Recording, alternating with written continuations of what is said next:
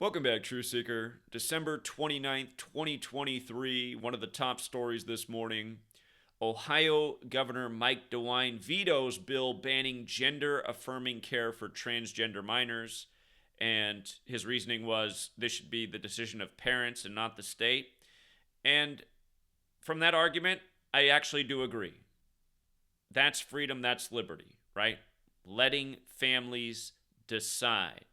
But what I want to talk about is why this veto comes today. Could have came yesterday, could have came the day before, but there's a reason it came today. And the thing is, the human mind, the way it works is the information that's floating out there, it has an influence on the brain. And this generation of younger people, minors if you will, a lot of them in their brain have this idea of transgender and homosexuality being cool and hip. And, my generation, we didn't have those thoughts. It wasn't cool to be homosexual. I don't know anyone that was talking about, changing their genitalia and their gender. That just did not exist 20, 30 years ago. Or I shouldn't say it didn't exist, but if it did exist, it was in very, very small pockets. The first time I ever met a transgender person was in Seattle in 2008. And through them, I met another transgender person. And, before that, I never even really thought of transgender as a thing. But now it's a very common thing. And again, I have 3 nephews and a niece, and my niece doesn't want to be referred to as a niece anymore. She wants to be like her brothers. She changed her name for her 18th birthday and now wants to identify as a male. And had she grown up in my generation, I highly doubt that would have been the outcome. But it's not just her who now wants to be referred to as him. It's a lot of young people because this is what's being pushed in the mainstream. It's hard to watch a Hollywood film or TV show put out in recent years where there's not homosexuality that's part of the storyline or even transgender. It's hard to find a film these days where it's not about an incompetent man and the hero of the film's a badass woman. And it's not to say those things are wrong, but you can just see that these are kind of the trends that are being pushed. So, like we've been talking about so many times, there's a numerical ritual again and again behind these stories that become the stories that occupy the minds of the masses that eventually influence behavior. And again, 1229, we talk about this day year after year. The number 1229 is the 201st prime. And again, in the LGBTQ, too many acronyms, which I often mix up the correct order of, this number is just commonplace, 201. Notice Caitlyn Jenner, Jenner, so much like gender. Bruce Jenner, who was the great athlete on Wheaties boxes that so many men aspired to be, who grew up trying to emulate. Late in life, he decides I Am Kate, and it becomes a hit show, and it becomes the talk of America. Remember when I Am Kate was on TV, and it was just the big buzz? And since that show hit the airwaves, there has been a lot of young people influenced. And of course, he's connected to that Kardashian family that everybody's trying to keep up with. But anyhow, notice how Caitlyn Jenner, the new name, has the Gematria 201 like the Jesuit order. And again, Event 201 was the pandemic simulation, which took a toll on the population. And again, you start to follow the agendas of this day and age. A lot of them do have to do with population control. So think about where homosexuality and gender transformation or genitalia transformation fits in with that. Homosexual people don't procreate. People who've changed their genitals don't procreate. People who aren't here anymore don't procreate. But 201, it is the number of the Jesuit cabal. If you look into their history, you'll see right now, for example, we're in the time of the first Jesuit Pope, Pope Francis, the first to live in Suite 201 at the Vatican. And his big thing is, saving the earth, which everybody can be for. And, Bill Gates back in 2010, 2010, he gave that TED Talk, Innovating to Zero, where he said we need to reduce population. And he gave a list of ways that we can reduce population. And the first one Well, to make a long story short, he's from Seattle where the Space Needle is.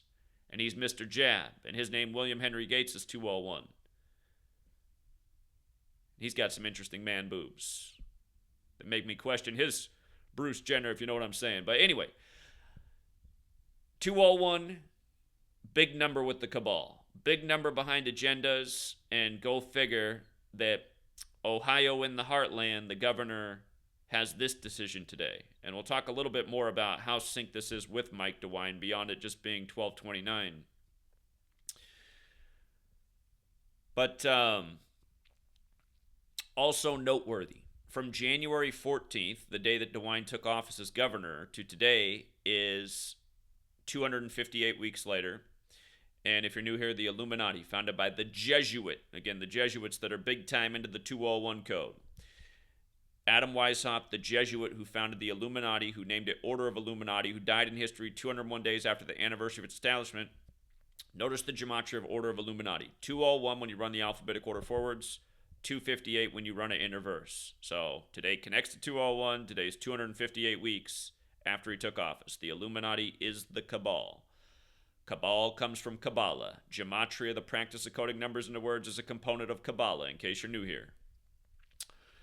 But notice also how the phrase number of the beast equals 258 and the Holy Bible equals 201. And the Bible doesn't speak on transgender, but understand this numerical code is biblical. And, you know, they say the devil knows the Bible better than anyone. And when it comes to the Church of Satan, you know, which pertains to the number of the beast, what is their symbol? Their symbol is Baphomet. And what is Baphomet? Baphomet is male and female. In Kabbalah, by the way, Jewish mysticism equals 201 as well. Gematria is part of Kabbalah, which is part of Jewish mysticism. But in Kabbalah, God is male and female. And with regards to the beast parallel, Ohio has the gematria 47, like beast, like Mike DeWine, born in 47.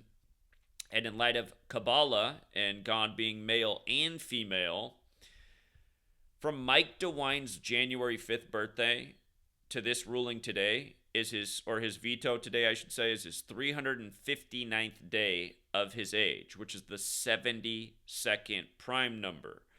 And 72 is a very special number to the occult. There's 72 demons in the Goetia. There's 72 names of God in Kabbalah. Jesuit order equals 72. Again, if you're new here, there's 4 base ciphers, alphabetic order forwards and backwards, as we just covered, and also those orders applying numerology. But anyhow, Jesuit order also has the gematria 72. We talk about all the time why Beau Biden lost his wife and daughter in 72 and then lost his son while he was 72 years old, and what it has to do with his presidency, and why the first Jesuit pope became the first Jesuit pope on the 72nd day of the year. But notice also the word trans is 72, right? And that's the focus. Transgender. On his 359th day of his age, the 72nd prime, this ruling. And consider like Christmas is the 359th day of the year. It's truly the sun in the sky's birthday, what it's always been. The sun moves 1 degree on the astrological wheel every 72 years. Thus it pertains to time and the movement of the sun. And essentially that's what it is. All these rituals are rituals in time, perfectly synced up, paying tribute to the cabal whose calendar we're on. Again, it's the Jesuits who are responsible for the calendar, who serve the Pope, thus the 52-week year when Pope equals 52, and the calendar is named after Pope Gregorius. Established in the 16th century, the same century the Jesuits were created, the same century that English was standardized with the 26-letter alphabet. Same century, heliocentrism was agreed to, which also equals 201, heliocentrism, where the sun's at the center of it all. But yes, 1229, the 201st prime, and the latest LGBTQ headline with the 201 stamp right behind it. So, again, I mean, if people want to be homosexual and transgender, so be it. That's freedom. That's liberty. I don't have a problem with that. Again, the thing is about the agendas being pushed and the reasoning behind them, and people not catching on to that and not seeing the forest for the trees. And the fact that Jesuit controlled big tech takes down videos like this and calls it hate speech, which has happened to me about 50 times now, when there's no hate speech to it. This is speech to enlighten people to what's being done and for what purpose. Is the cabal right? Is the world overpopulated? Do we need to depopulate to save the earth? Be more transparent about it. Again, when I drove across the country, as I drove through the Dakotas and Montana and Idaho, I hardly saw a person, and I just saw open land for days. And I thought, man, I feel like, you get people out of the cities, you get them to, live out in some environments like this. I feel like there's plenty of space. I'm not sure what Bill Gates and, Henry Kissinger and all these types of people have been talking about, how we need to reduce population. I'm not sure that's the case. I think maybe we just need to be better about our resource usage and the places we live, instead of all living on top of each other in the cities. So, again, I used to live in the city, and I used to have a headache from traffic every day. Move out to the rural environment, I haven't seen traffic for years. Feels like there's plenty of space for us all to exist out here. But anyhow, those are the main points. And I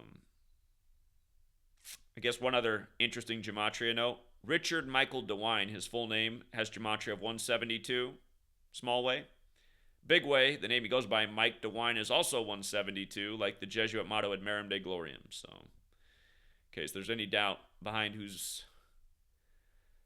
about who's behind these puppet politicians and these rituals, there really shouldn't be. We'll leave it there for now, Truth Seeker. Until next time.